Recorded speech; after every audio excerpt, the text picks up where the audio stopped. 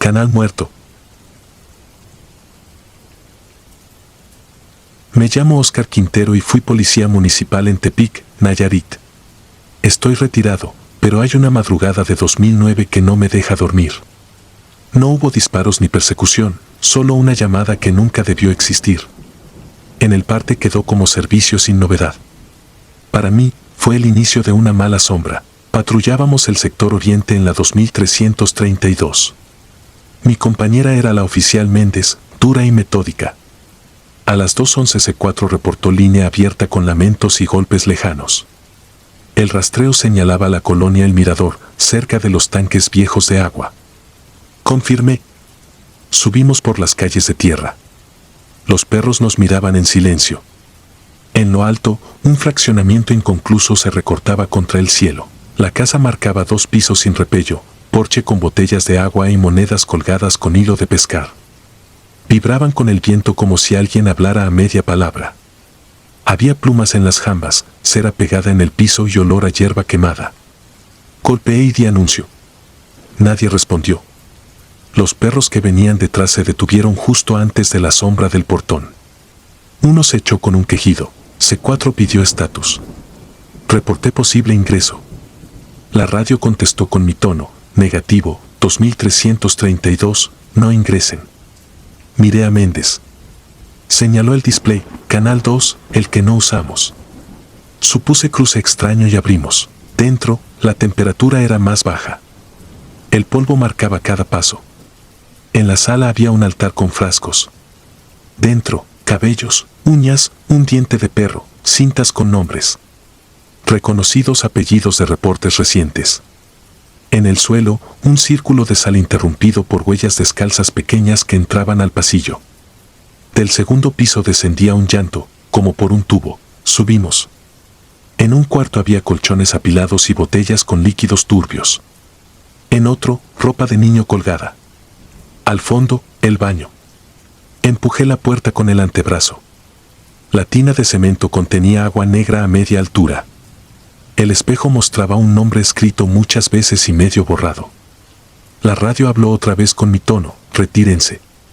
Sentí el pecho hueco. Méndez apuntó la lámpara a la tina.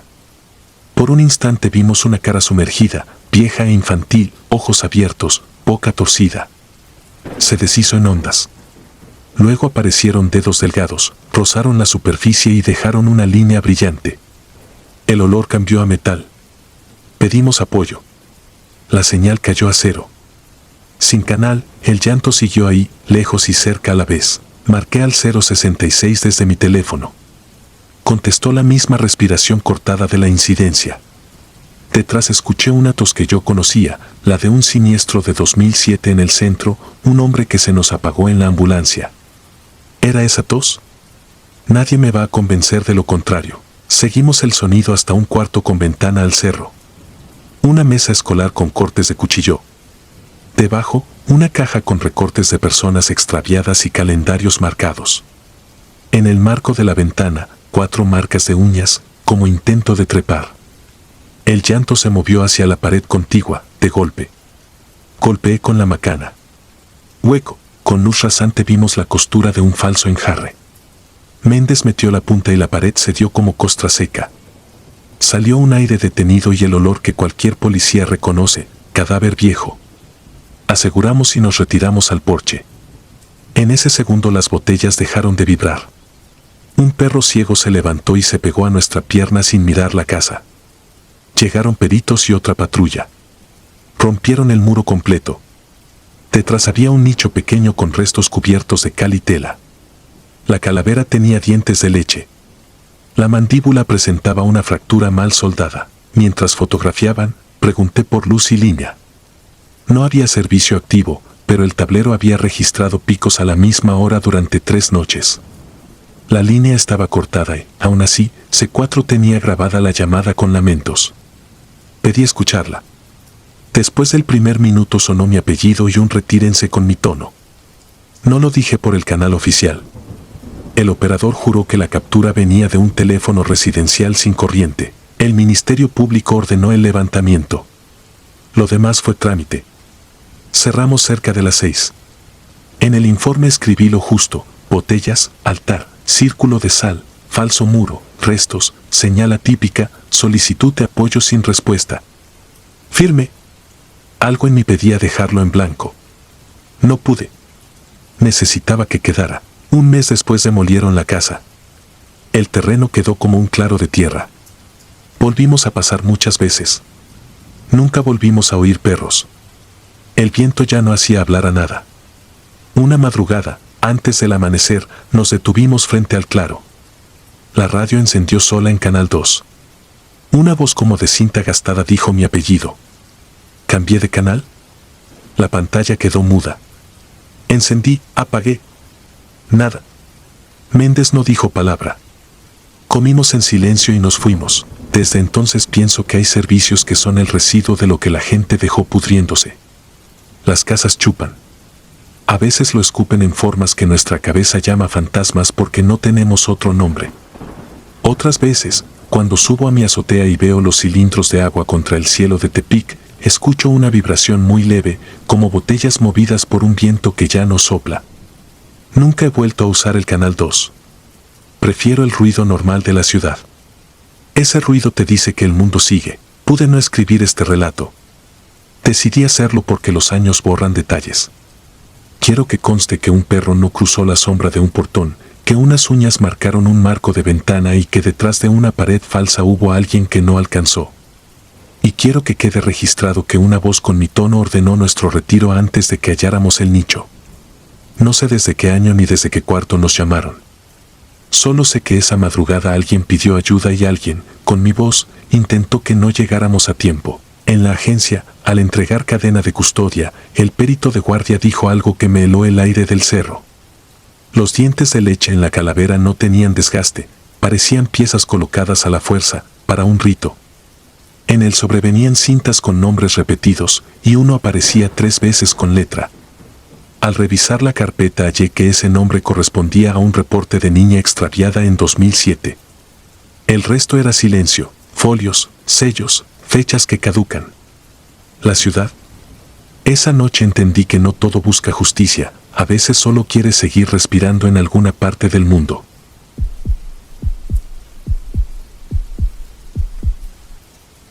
¿El que va atrás? Me llamo Víctor Ávila y fui policía municipal en Ciudad Obregón, Sonora. Entré a la corporación en 2011, cuando todavía se fumaba a escondidas en el patio del cuartel y el C4 sonaba con esa estática que parece lija en el oído. Aprendí a conducir patrullas con los nudillos tensos, a comer frío, a dormir cuando se puede y a no creer en nada que no pueda meterse en un parte informativo. Aún así, hubo una unidad a la que procuré no acercarme, la 0723. No escuchaba las historias completas.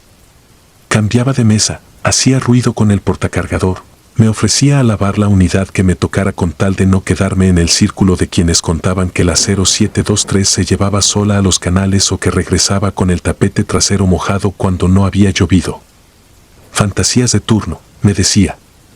En esta línea de trabajo ya hay suficientes fantasmas con nombre y apellido como para inventar otros. La noche que me asignaron la 0723 yo no vi nada especial. Blanca, con las franjas azules gastadas, la jaula de rejilla y acrílico rayado de tantos viajes, el asiento trasero de plástico negro con una grieta cinta plateada, la luz interna que parpadeaba cuando golpeabas la puerta. Sargento Barba señaló el sector oriente, me entregó llaves, radio y una mirada que parecía decir no preguntes.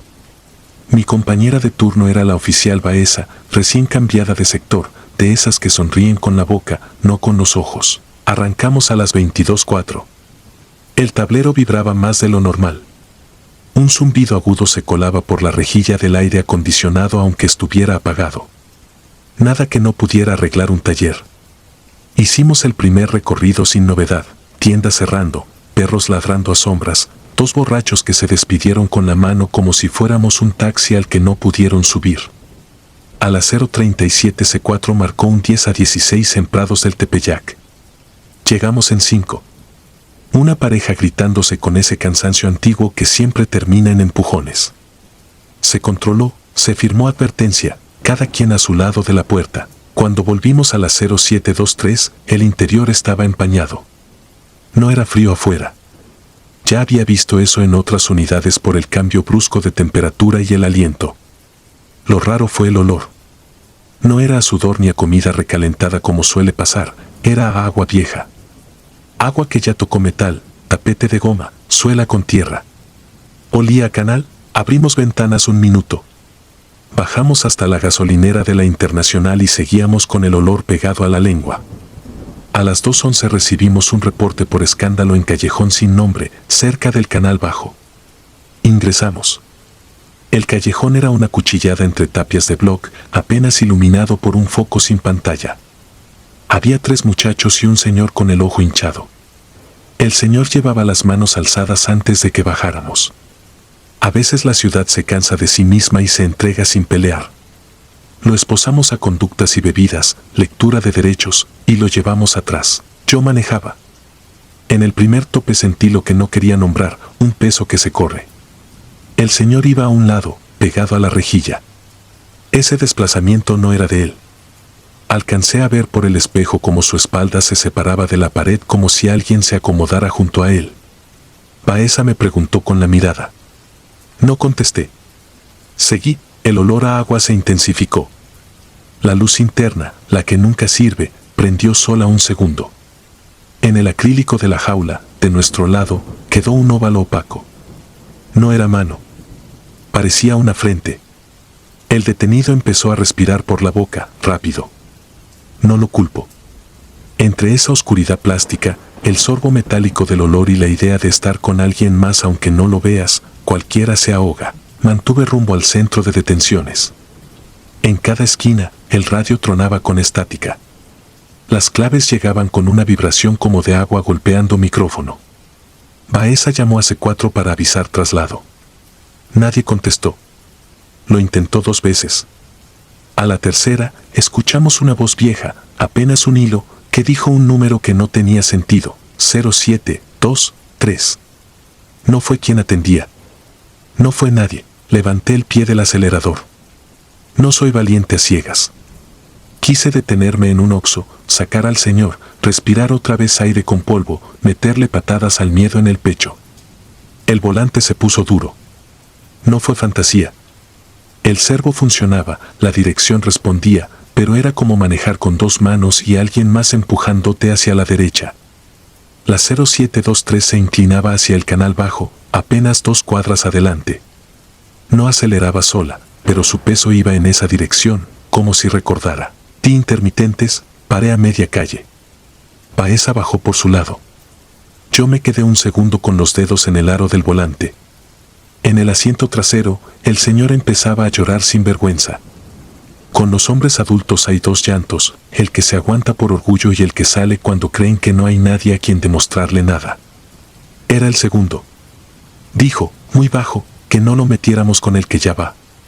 No era un chiste. No era borrachera. Bajé. Abrí la puerta trasera con el seguro que se atora. La luz de arriba no prendió. Mi lámpara dio de golpe sobre el plástico negro del asiento. Había agua. No charco, no humedad fingida. Agua activa, corriendo, empapando la grieta con cinta y goteando por el borde hasta el tapete. No podía venir de la lluvia porque no había. No podía venir de garrafón porque no olía a eso. Olía a canal, a algas podridas, a peces muertos debajo del puente, a botas hundidas hasta la pantorrilla en limo oscuro. El señor tenía el pantalón húmedo hasta la mitad del muslo, como si hubiera estado sentado en una banca mojada. El tubo de la jaula tenía perlas de agua corriendo hacia abajo. Cuando acerqué la lámpara, vi el rastro de dedos de alguien que intentó agarrarse del acrílico desde adentro, dedos arrugados, piel de estar horas en remojo, una marca nueva resbalando despacio. Sacamos al detenido. Lo paramos afuera, inmóvil. Yo metí la cabeza un poco más. El olor me mareó. Me quedé mirándome en el espejo retrovisor interior, ese que está más como costumbre porque no se mira hacia atrás, la jaula lo impide. El espejo estaba empañado por dentro. Con algo, una uña, la punta de un hueso, alguien dibujó una línea corta, luego otra, luego un círculo que, si te lo propones, es una O. O de Obregón. O de 8. O de oxígeno. O de auxilio. Quizá nada. Yo quería que fuera nada. Baeza cerró con fuerza. Sugirió que lleváramos al señor caminando a la comandancia. Eran 10 cuadras, se puede. No discutí. Llamó a C4 desde su celular y avisó la anomalía como fuga de líquido del sistema trasero. Eso lo anotaría después en la bitácora mecánica con pluma negra que mancha. Emprendimos la caminata. La patrulla se quedó sola, motor encendido, intermitentes. Las luces ámbar golpeaban las paredes del callejón como respiración contenida. A los 20 pasos, la luz interna de la 0723 se prendió sin que nadie abriera nada. Después se apagó. Después volvió a prenderse, pero esta vez no fue luz, fueron las torretas, apenas un suspiro azulado sin sirena, como cuando pruebas la batería, un parpadeo con sueño. La unidad no se movió. El olor ya no nos alcanzaba. El señor caminaba como niño castigado. Baeza no me hablaba y yo se lo agradecí. A la mañana, entregamos al detenido. Dejamos la 0723 en taller. Mecánica dijo que el drenaje del asiento trasero estaba obstruido con cabellos y tierra y que por eso se acumulaba humedad y se devolvía. Hicieron un dibujo en la orden de trabajo. Nadie pudo explicar por qué, con el coche recién lavado por fuera, el tapete trasero tenía arena de canal, con ese grano más grueso y algunos hilos verdes. Una semana después me contaron, sin que yo preguntara, lo que evitaba oír. En 2007 hubo una tormenta a destiempo. La 0723 era nueva. 2 oficiales resguardaron a un joven que había asaltado una tienda, 16 años, flaco, con tenis sin agujetas. La avenida se convirtió en río. Se les apagó la unidad al borde del canal. Los 2 lograron salir por la puerta del conductor. La 0723 se hundió hasta media puerta, como si algo la jalara. Nadie encuentra el momento exacto en que dejaron de oír golpeteos contra la jaula. Dicen que cuando la sacaron con grúa, la puerta trasera no abría y por dentro estaba rayada con marcas en el acrílico y la pintura levantada del techo como si hubieran raspado y raspado hacia arriba, buscando aire. Dicen muchas cosas. Dicen que al muchacho nadie lo reclamó y lo enterraron como desconocido. Desde entonces, contaban, a veces la 0723 regresaba húmeda sin explicación. A veces se detenía mirando a los canales aunque el conductor quisiera girar. A veces los detenidos decían que ya iba alguien atrás. A veces, cuando el C4 listaba unidades para operativo, se colaba una voz con una cifra que no venía al caso. Y, de vez en cuando, un oficial juraba ver, en el espejo que no sirve, una coronilla pelona apoyada contra la rejilla, la piel hinchada como mano olvidada en cubeta. No me reí. No dije nada. Firmé la orden de salida del taller y pedí, con la formalidad más seca que pude, rotación de unidad por fallas intermitentes. Me la negaron 2 noches y luego me la otorgaron sin explicación. La 0723 siguió circulando un año más. Después, de un día para otro, desapareció del parque vehicular. Nadie supo si la subastaron, si la desarmaron o si la donaron a alguna sindicatura necesitada de fierros. A veces, cuando paso por un crucero y veo algún sedán blanco con una rejilla improvisada, busco la grieta del asiento, la cinta plateada, el reflejo mal limpiado de una frente en el acrílico. Hay quienes creen que el miedo es un monstruo que salta desde el monte. Yo aprendí que también puede ser una gota que no se seca, una torreta que titila por un segundo, una dirección que se pone dura justo antes de un puente. No sé qué fue de la 0723. Lo que sí sé es esto. Cada que subo a cualquier coche y el vidrio se empaña por dentro sin motivo, paso la manga, limpio un círculo y me quedo mirando hacia atrás aunque no haya nada que ver. El que va atrás, cuando quiere, no hace falta que se vea. Basta con que respire fuerte, como quien tuvo agua hasta el cuello y aún no aprende a creer en el aire. Y entonces, sin decirlo, todos entendemos que no vamos solos. Nunca.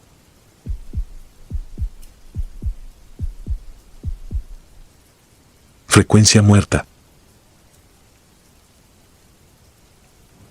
Me retiré de la policía municipal hace años, pero hay noches en que vuelvo a estar dentro de la patrulla y el radio vuelve a vivir por cuenta propia. Lo que cuento pasó en octubre de 2004, en Jalapa, Veracruz. Éramos unidad PM 233, yo al volante y mi compañero Vega a la derecha. Llovía a rajatabla, el parabrisas peleaba contra una cortina continua. La ciudad olía a tierra recién abierta y a cable quemado por los relámpagos. Teníamos tortas frías sobre el tablero, café ya sin calor en el portavasos, y una falsa calma que siempre es antesala de algo. El llamado entró a las 23:18 por la banda municipal. C4 reportó un 10:52, apoyo urgente a domicilio en la colonia Lomas del Semillero, edificio de interés social, Torre C, cuarto piso. Una mujer había dicho entre sollozos que su sobrino se estaba haciendo daño y que había sangre. Demasiado general para nuestro gusto, suficiente para saber que había que llegar primero. Pedimos ambulancia en camino y aceleré. La lluvia, cada vez más pesada, hacía del asfalto una piel viva, la sirena rebotaba en los callejones como si alguien contestara desde la oscuridad. Encontramos la Torre C con las luminarias del estacionamiento parpadeando y charcos que dejaban ver aceite irisado. Subimos las escaleras con la Maglite al frente. En el segundo piso, un perro se encogió en una esquina sin ladrar, los pelos erizados, siguiendo con la mirada algo que no vimos. En el tercero, un plástico negro tapaba un ventanal, el viento lo golpeaba por dentro, como si respirara. El cuarto piso olía a humedad vieja y cloro. La puerta 4 se abrió antes de que tocáramos. Una mujer de 30 y tantos temblaba con las manos rojizas, mirada de shock. Apenas dijo que era la tía. Detrás, el departamento, luz de focos desnudos, muebles apretados, una sala con juguetes de niño desordenados. En el piso de la cocina, marcas oscuras que la lluvia no había traído. La voz de la mujer se quebró sin terminar una frase. Con la práctica que solo te da lo feo, revisamos primero que no hubiera agresor dentro. Nada a simple vista. El llanto venía de un cuarto al fondo, puerta cerrada, un candado portátil del lado de adentro. ¿Hacía frío? No de esos fríos de clima, frío de lugar cerrado donde algo detuvo el aire. Golpeé la puerta e hice la pregunta de rutina. Silencio. Luego, muy leve, un clic del lado de la chapa. Vega me miró. El candado seguía puesto. Algo rozó el piso desde dentro. Apoyé el oído y escuché dos respiraciones, la de un niño agitado y otra cosa que no sabría describir. No era una voz, no era un sonido, era la idea de un hombre metida en el ruido. Pedimos a la tía que se hiciera a un lado. Con la palanca hicimos palanca, madera vieja contra metal nuevo, y la puerta cedió. El cuarto era pequeño, paredes con humedad en figuras de mapas, un closet de lámina medio abierto. La cama tenía sábanas con dibujos de autos. En el piso, un niño de unos 12 años, descalzo, con los pies mojados como si hubiera cruzado lluvia, la ropa pegada al cuerpo y las manos cerradas en puños. A su lado, un cuchillo de cocina con el filo hacia nosotros. Lo primero que me golpeó no fue la sangre en los nudillos ni el objeto en el piso, fue su mirada. No buscaba ayuda ni se escondía, medía la habitación como quien calcula una salida que no existe. No hubo tiempo de hablar. El niño se movió de golpe hacia el cuchillo. Salté y lo inmovilicé por la espalda. Vega controló el brazo. El cuerpo era pequeño pero tenía una rigidez que no supe de dónde venía. Lo esposamos. El metal hizo un sonido seco que me aprendí de memoria esa noche. El cuchillo, ahí mismo, quedó fuera de alcance. Le palpé el pulso, rápido, irregular. No lloraba. No suplicaba. Solo respiraba mal. Entonces el radio emitió estática, una ráfaga de chisporroteo que nos hizo apretar la mandíbula. C4 preguntó por estado en sitio. Apreté el botón para responder y, antes de que hablara, una voz contestó desde nuestra frecuencia, PM 233 en control. No fui yo. No fue Vega. Esa voz tenía mi apellido, el ritmo de mi voz, pero como grabado en un cuarto vacío. Miré a Vega, él ya me miraba a mí. El niño sonrió a la nada, como si hubiera escuchado un chiste. Dijimos el estado real, pedimos la ambulancia con prioridad. El radio quedó en silencio, como si hubiese quedado satisfecho. Revisé el closet, ropa colgada, un balón desinflado, cajas con útiles. En el fondo, sobre la lámina, había rayones. Alguna mano pequeña había raspado letras que apenas se leían. Entre garabatos y números se alcanzaba un PM 233 repetido varias veces, torcido, mal copiado. Me detuve. Ese número no lo sabía cualquiera.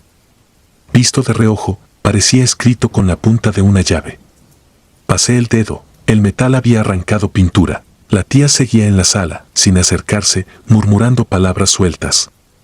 Dijo que el niño se llamaba Saúl, que esa noche empezó a rascar la pared como si buscara algo escondido, que se hablaba solo con la voz cambiada. Que cuando bajó por la puerta, no la abrió. Que su hermana estaba en el trabajo nocturno. Que no entendía nada.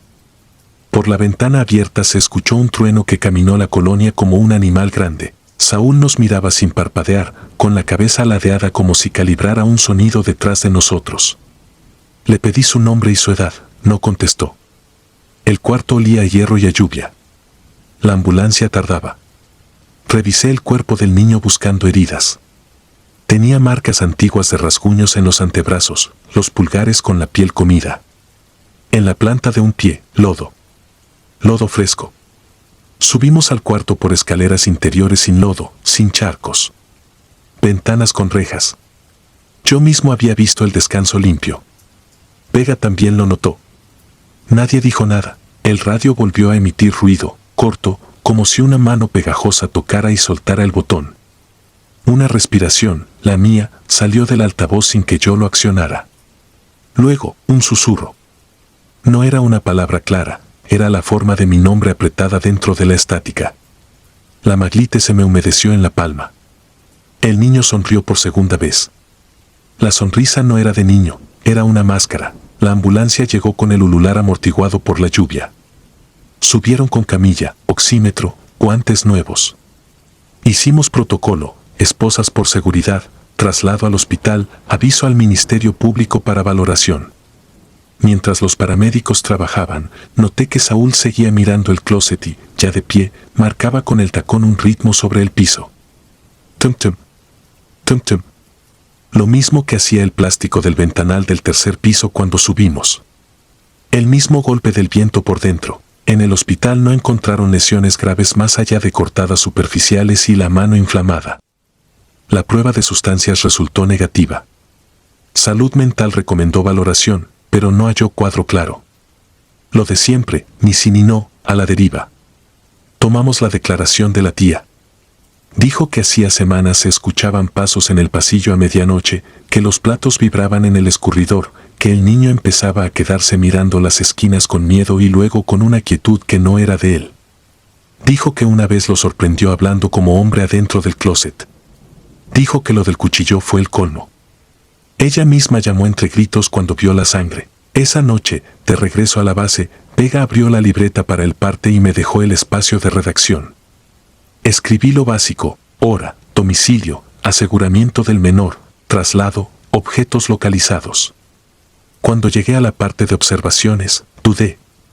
Mis dedos se quedaron sobre el bolígrafo. ¿Cómo explicas la voz en tu radio diciendo tu propia clave con tu propio tono? ¿Cómo registras lodo en 100 escalones limpios? ¿Cómo anotas un número de patrulla rayado en lámina en un cuarto donde nadie debería saberlo? Cerré la libreta sin ponerlo. No porque no fuera real, sino porque sabía que quedaría como broma de mal gusto o como fantasía de turno. Una semana después, en otro servicio, C4 llamó, PM 233, confirmen posición. Respondí. La central dijo que ya habían confirmado hacía 2 minutos, que para qué lo repetía. No había sido yo. No era la primera ni la última vez. En lo que me quedó de carrera, esa frecuencia jugó conmigo de vez en cuando. A veces, al pasar cerca de la torre C, el altavoz soltaba un susurro y un clic, como si alguien reconociera el paso de la unidad. A veces, en madrugada, cuando toda la ciudad era un solo perro dormido, el radio repetía palabras nuestras de horas antes, deformadas, como si alguien las masticara y las devolviera. Volví un par de veces a Lomas del Semillero por otros reportes. La torre se seguía oliendo a cloro. El perro del segundo piso ya no estaba. El plástico del ventanal del tercero seguía golpeando, aún en días sin viento. La puerta 4 se cambió de color. Nunca volví a ver a Saúl. Supe por un compañero que lo trasladaron un tiempo a casa de otro familiar en Banderilla y que lo veían mejor. No sé qué significa mejor cuando una sonrisa se te queda grabada para siempre. Me he preguntado muchas noches qué fue lo que realmente pasó. Hay explicaciones que a la gente le tranquilizan: estrés, sugestión, interferencias, coincidencias. He usado todas para dormir y algunas noches funcionan. Otras, el radio en mi cocina despierta solo, con ese clic apenas audible de cuando alguien roza el botón sin hablar y la luz verde hace un guiño pálido. Apago el aparato, pero el clic se queda un segundo más, como si la frecuencia me saludara desde un pasillo sin luz. En el closet de mi cuarto guardo mis botas, mi chaleco y la libreta de aquel turno. Sé que, al fondo, donde la lámina toca la pared, hay una esquina con pintura rayada. La rayó mi hijo cuando era chico, jugando. A veces la miro y pienso en la lámina de aquel otro closet, en las letras torcidas y el número de mi patrulla repetido sin sentido. Pienso en la sensación de aire detenido, en el olor a hierro, en un niño que respiraba como dos personas a la vez, en un plástico negro que golpeaba por dentro. Pienso en la risa que no escuché pero entendí. Y vuelvo a oír mi voz desde afuera, fría, hueca, diciendo, PM 233 en control. No lo estaba. Nunca lo estuve esa noche. Y si cierro los ojos ahora, sigo oyendo el clic. 327.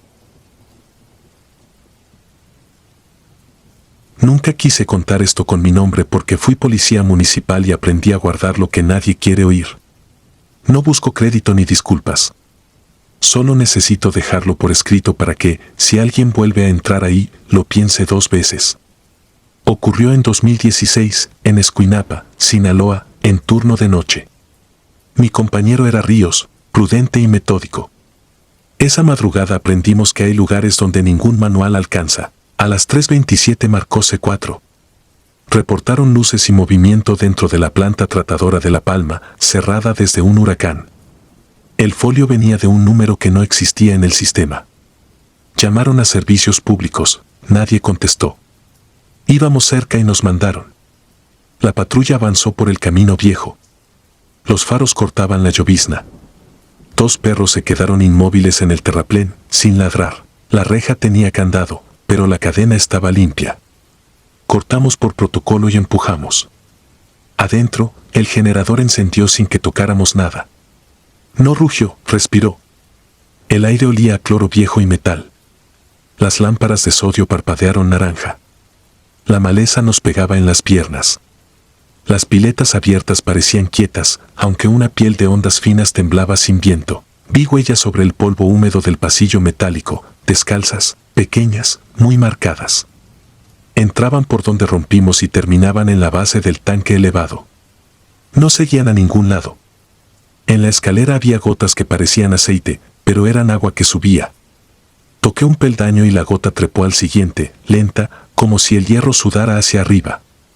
El frío que sentí era de pozo. El registro del tanque estaba entreabierto. Por dentro se veían marcas de manos pequeñas impresas en el sarro. Asomé la lámpara. No vi nivel ni reflejo.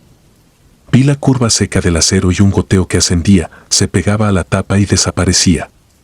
La radio tronó con estática y escuché mi voz de hace minutos repitiendo el folio, con el mismo tropiezo. Apagué. Volvió a sonar. ¿Cambié de canal? La repetición siguió. Fuimos a la oficina en busca de bitácoras. La puerta cedió. En las esquinas había polvo, la mesa estaba limpia. Un reloj marcaba 3:27. Sobre el escritorio, otro se había detenido en 3:27. En un archivador hallé una libreta con sellos del municipio. Las últimas entradas eran de 1998, niveles de cloro, quejas, firmas. La última línea llevaba el apellido Altamirano, oficial desaparecido en servicio. Se apagó el generador y el silencio se volvió materia. Las lámparas cayeron una a una. No hubo oscuridad completa porque el cielo guardaba luz, pero la planta quedó como estación sin tren. Salimos con linternas. El agua hacía ruido sin moverse, un murmullo de respiración ajena. En el fondo de una pileta algo se plegó y estiró con cadencia. Conté tornillos del borde para no pensar en dedos. Regresé al tanque. Ríos subía a media escalera. Lo vi quieto, con la cabeza ladeada, como quien escucha detrás de una puerta. Le toqué el codo, estaba helado. Dentro del registro el goteo seguía subiendo. Una gota se pegó a la orilla y rodó al revés por la cara interior de la tapa. El metal crujió con latido. Un hilo de aire helado nos ardió en los ojos. Quise cerrar, pero cualquier golpe sonaría a llamada. Bajé primero. Cada peldaño sonó con un desfase que no correspondía a mi peso, como si los pasos ocurrieran 2 veces. Al tocar piso vi que las huellas pequeñas continuaban ahora hacia la oficina. No la seguimos. Pedí apoyo por radio. La operadora recitó mi folio, pero agregó que ya nos habíamos retirado. Usó el pasado como si yo hablara desde después. Le pedí repetir. Repitió con los mismos silencios. En la caseta de la entrada colgaba la chamarra de un velador que ubicaba del mercado, nombre bordado con hilo azul. No estaba. En el cajón, una credencial vencida en 2013 y un recibo de nómina del mes anterior. Sobre el vidrio, la marca de una mano pequeña en una grasa que no se quitaba. Ríos volvió junto a mí. Tenía las muñecas con sombras de dedos, 4 por lado, hundidas como si lo hubieran sujetado sin romper piel. Le pasé agua. No quiso mirarse, la tapa del registro se cerró sin viento. Fui por cinchos para asegurarla. Al volver, ya tenía una cinta amarilla vieja, tiesa, amarrada con un nudo difícil. La toqué y no se movió aunque soplaba aire del mar.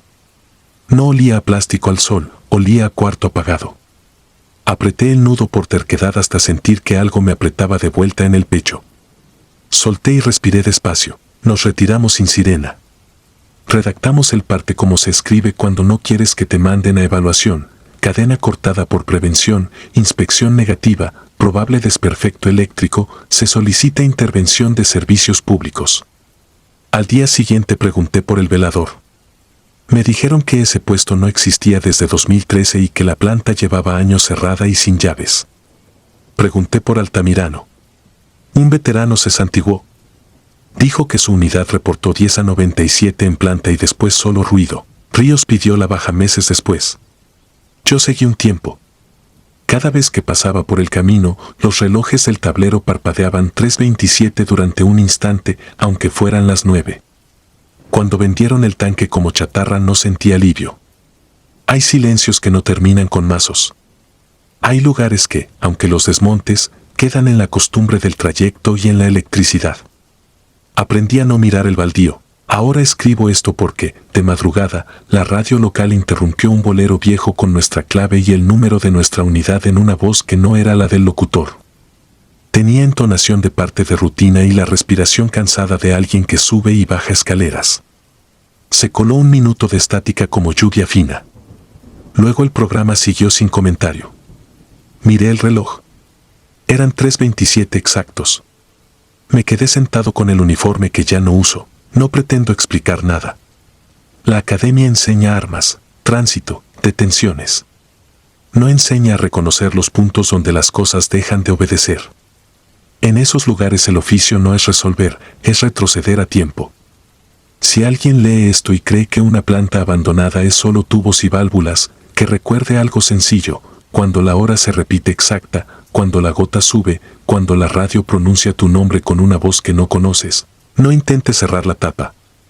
No te assumes. Camina hacia atrás sin discutir. Y si ya es tarde, baja la mirada, sujeta la radio al pecho y deja que la noche pase.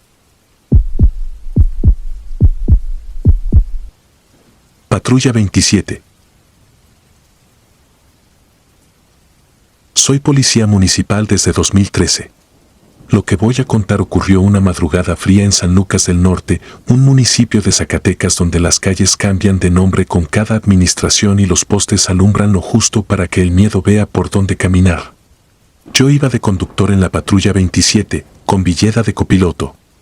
Tercer turno, 22 a 6. El tipo de horario donde la ciudad parece un escenario montado solo para que uno se pruebe que tanto aguanta. A las 3:19 C4 reventó el silencio con un despacho que me sigue pesando en los oídos. Reporte múltiple de gritos en una casa en obra negra, Colonia Jardines del Río, esquina de Naranjos y Tezontle. Los vecinos insistían en que llevaban más de una hora escuchándolo. No había antecedentes de violencia familiar ni broncas recientes, solo ese lote que todo el mundo decía que nadie compraba porque ahí las construcciones se enferman y se quedan a la mitad. Éramos la unidad más cercana. Avisé que estaríamos en sitio en 2. Villeda marcó en el libro de turno la hora de llegada estimada. El parabrisas venía con la bruma pegada, la luna, oculta detrás de un techo de nubes, dejaba un resplandor plano que hacía parecer las calles más anchas y más vacías de lo que eran. Al doblar por Tezontle vimos siluetas en las ventanas.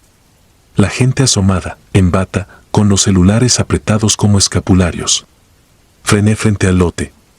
La fachada era un rectángulo gris con barras de varilla asomadas como huesos. Un portón sin candado colgaba vencido hacia adentro. Del interior venía un chillido largo que subía y bajaba como un serrucho, demasiado agudo para una pelea, demasiado humano para un animal. Anuncié por radio el arribo. Pedí otra unidad por protocolo. C4 respondió que todas estaban ocupadas en una volcadura en la carretera y que nos mantuviéramos en línea. Villeda y yo nos cruzamos una mirada de esas que no dicen nada y dicen todo. Hicimos retirar a los curiosos. Nadie se resistió. Los gritos volvieron a cortarnos la espalda, esta vez con un vibrato que parecía brotar de las paredes mismas.